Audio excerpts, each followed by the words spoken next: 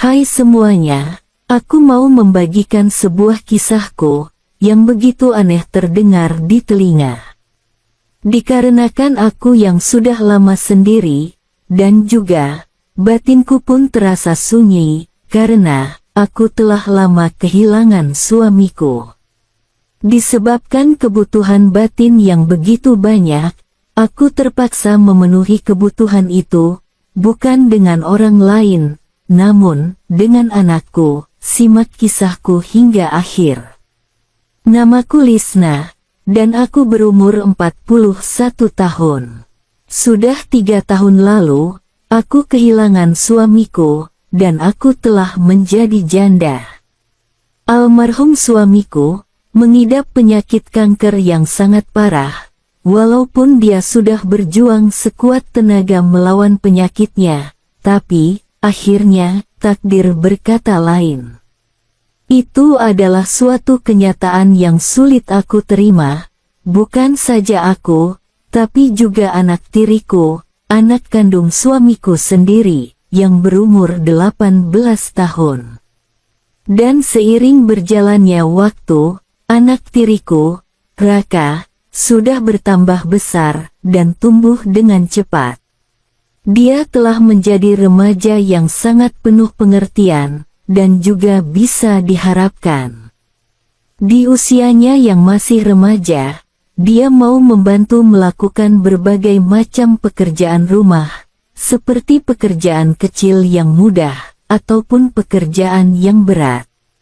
Di tahun pertama tanpa kehadiran suami, dan juga sosok ayah di antara kami, setiap malam, aku selalu menangis karena mengingat mendiang suamiku itu.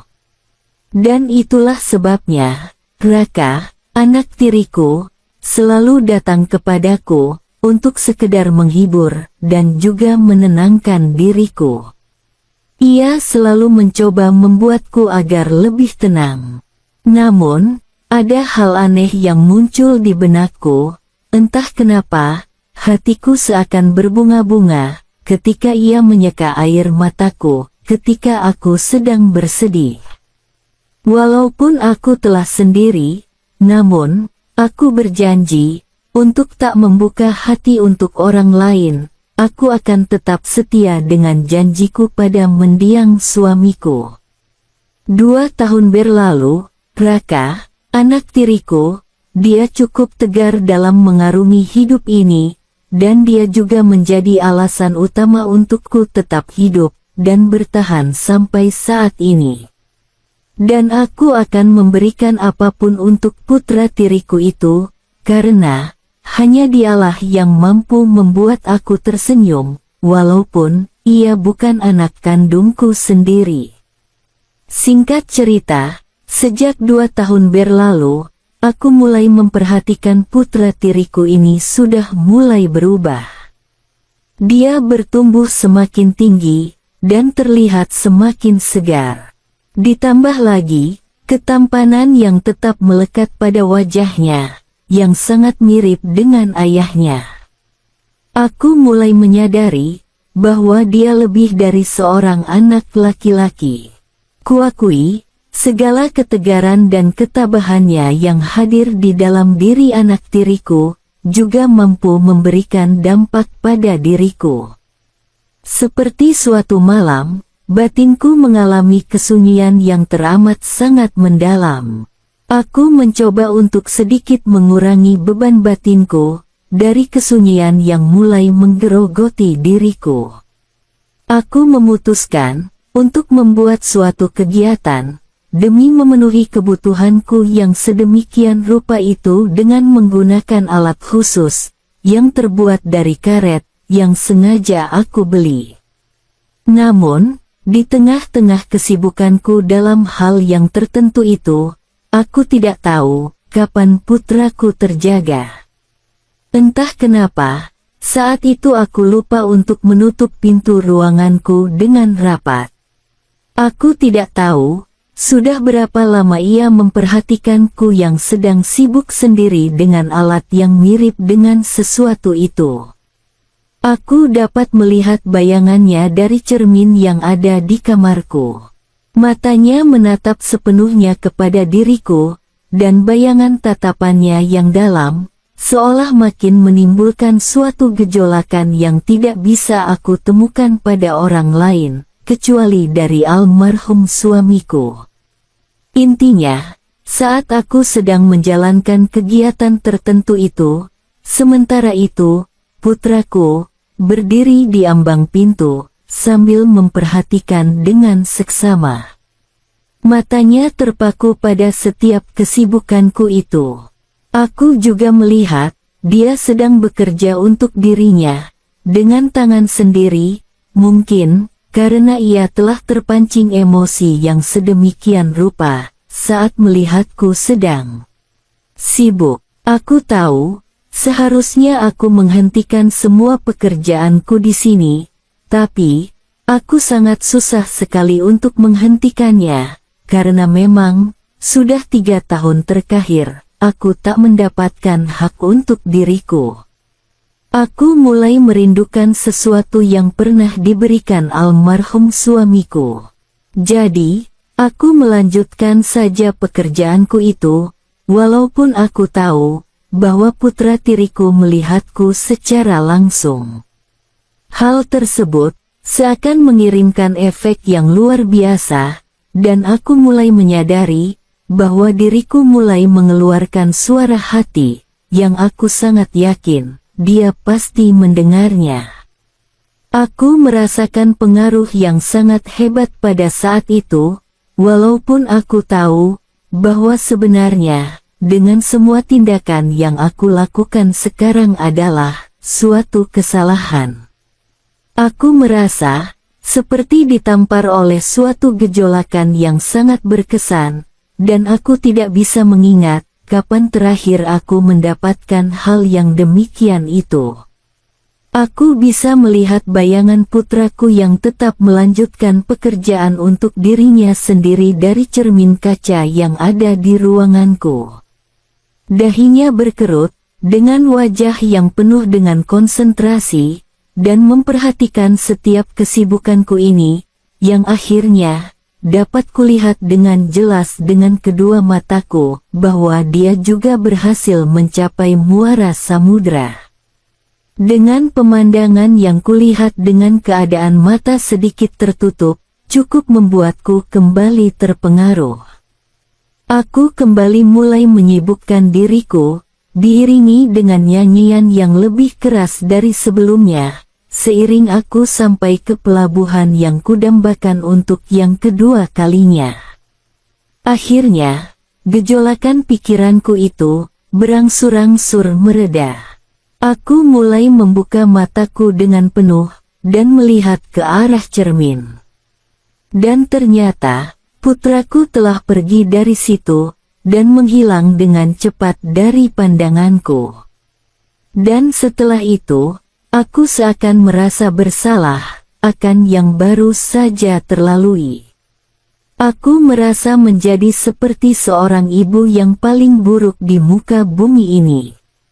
Dengan air mata yang mulai menitik, aku mengutuk semua yang tadi aku lewati di hadapan putraku, dengan penuh rasa penyesalan. Dan entah kenapa, aku terus berpikir tentang itu, dan kembali mengingat semua itu. Singkat cerita, aku hendak untuk mengganti daster yang kukenakan saat itu, dan hendak beranjak ke kamar mandi, untuk bersih-bersih. Dan saat aku sampai, aku langsung membuka pintu. Namun, betapa terkejutnya aku, ketika melihat sesosok manusia, yang ternyata adalah putraku, yang sedang aktif berada situ, yang dimana dia sedang sibuk dengan usahanya sendiri, dengan membelakangi pintu. Aku terdiam sejenak, untuk beberapa saat, aku memperhatikannya, dengan semua yang ia kerjakan. Dan kemudian, dia menyadari akan kehadiranku di situ. Dan wajahnya berubah menjadi pucat pasi, disertai dengan kepanikan. Bu, ngapain di situ? Maaf Bu, ucap putraku dengan begitu panik. Matanya terlihat langsung berkaca-kaca, tapi dia berusaha menghilangkan kepanikan dalam dirinya. "Oh kamu, maaf nak, seharusnya ibu mengetuk pintu dulu sebelum masuk," ucapku, dengan suara halus dan penuh keibuan. Tapi, aku tidak beranjak dari situ, karena memang, aku tidak mau pergi dari situ. Malahan, aku melihat ke arahnya. Sekali lagi, dia tetap mencoba dengan susah payah menyembunyikan akan hal itu dengan kedua tangannya. "Gak apa-apa kok nak, memang sudah seharusnya kamu merasakan pekerjaan yang demikian itu, dan itu merupakan hal yang umum di umurmu," ujarku, dengan senyum yang penuh arti. Dengan penuh pengertian kepadanya, aku tahu, kali ini, dia tidak mengerti maksud dariku barusan. Dia masih terlihat takut dan kaget dengan kehadiranku di situ.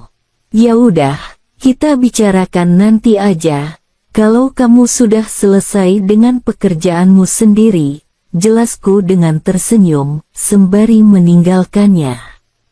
Langkah demi langkah, aku mulai menjauh, untuk menuju ke dapur.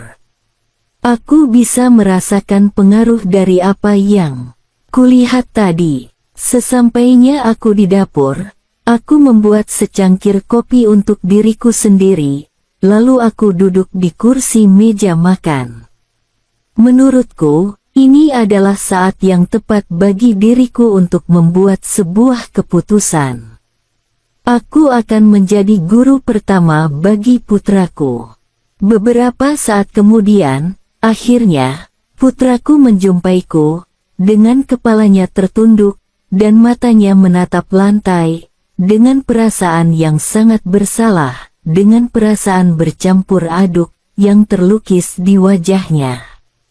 Kemudian, dia duduk di kursi yang berada di seberang meja, dan duduk menghadap ke arahku, tapi dengan pandangan yang tidak fokus, malah menatap ke arah sekelilingnya, dan berharap bisa duduk di tempat lain, daripada duduk di kursi itu.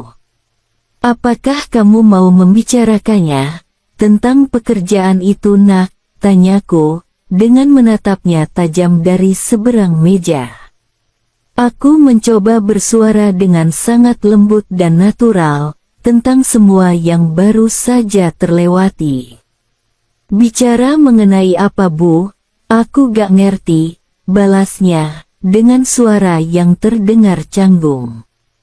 "Gak apa-apa kok nak, kamu boleh kok ceritain semuanya sama ibu," ujarku dengan tenang, agar menghilangkan kecanggungannya, dan mudah untuk dimengerti, tentang situasi yang ada pada kami sekarang. "Tapi, janji ya bu," sahut putraku, sambil melirik ke arah mataku sesaat, dan kembali menatap ke arah meja.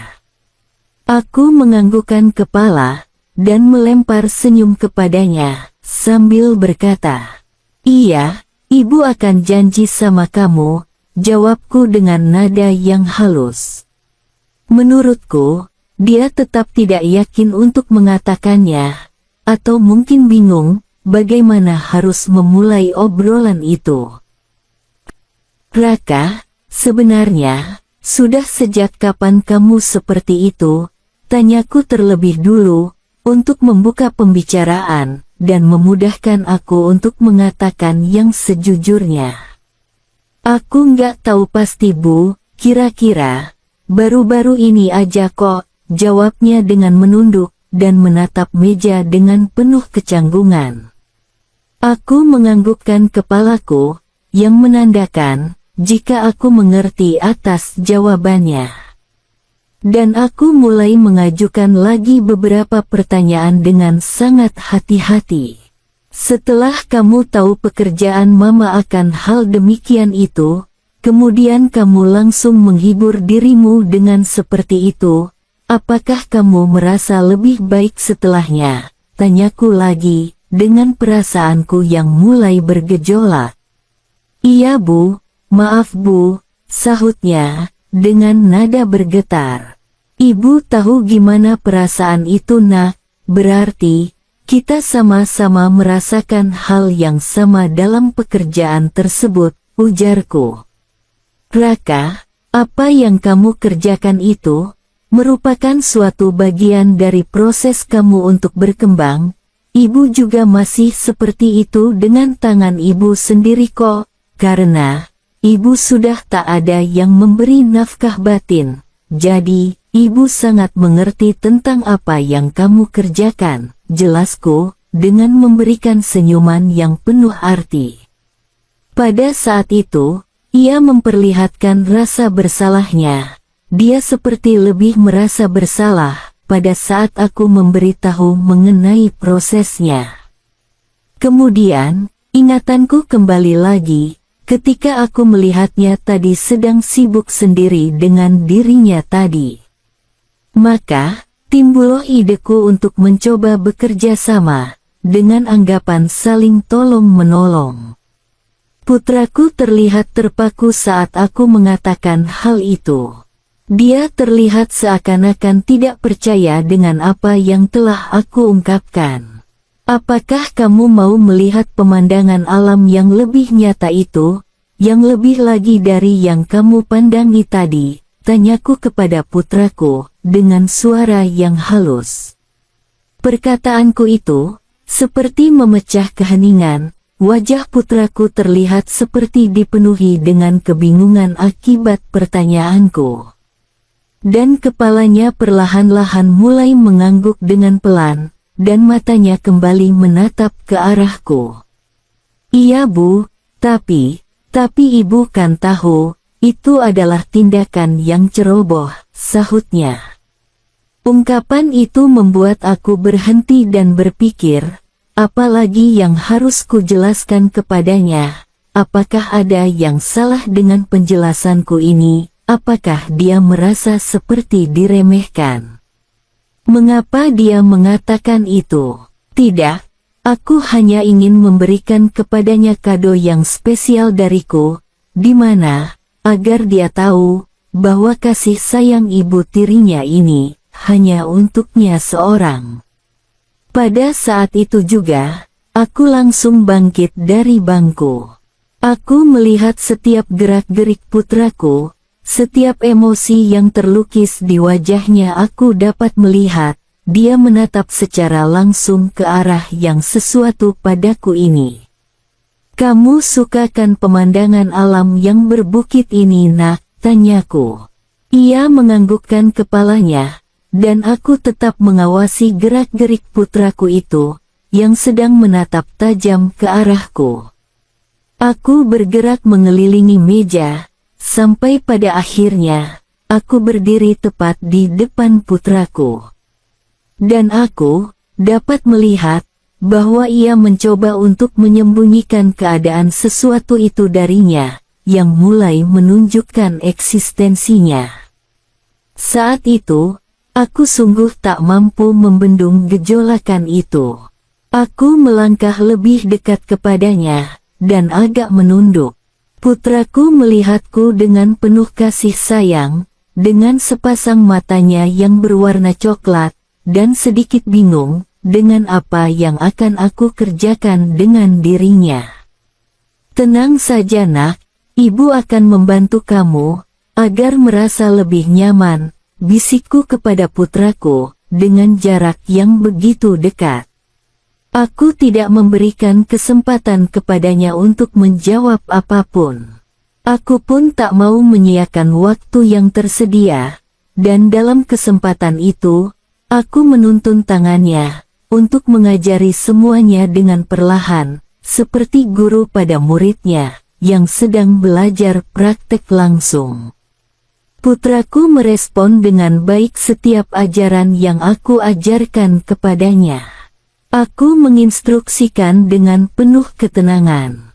Namun, dalam relung hatiku yang paling dalam, aku menyadari bahwa aku sudah melewati norma yang ada, dan aku tidak mungkin kembali atau menghentikan pekerjaan yang menguras emosi tersebut. Nasi sudah menjadi bubur, kami pun sudah terbawa dalam arus samudera luas. Dan aku juga tidak peduli tentang apapun, yang pasti, hak akan diriku yang sekian tahun hilang, kini harus diwujudkan kembali. Kemudian, dia melihat ke arah wajahku, dan menatapku dengan tatapan mata yang penuh makna. Aku sayang sama ibu, sepanjang hidupku, ucap putraku. Aku tidak akan pernah melupakan perkataannya kepadaku pada saat itu. Aku akan terus mengingat kata-kata itu. Aku mengerti, apa yang dia katakan, bukan hanya dia menyayangiku sebagai seorang ibu, tapi maknanya jauh lebih luas, sebagai istri, teman, pacar, dan segalanya. Yang pastinya, menjadi seseorang yang terindah di dalam hidupnya. Begitu pula sebaliknya dengan diriku kepadanya. Atas semuanya itu, aku baru menyadari bahwa kami sempat kehilangan suatu kasih sayang yang tersembunyi, sesuatu yang terpendam jauh di relung hati selama ini. Dan akhirnya, kami bisa menemukan inti dari kasih sayang itu. Entah hingga kapan ini bisa berakhir, yang pasti, aku sangat menyayangi putra tiriku itu.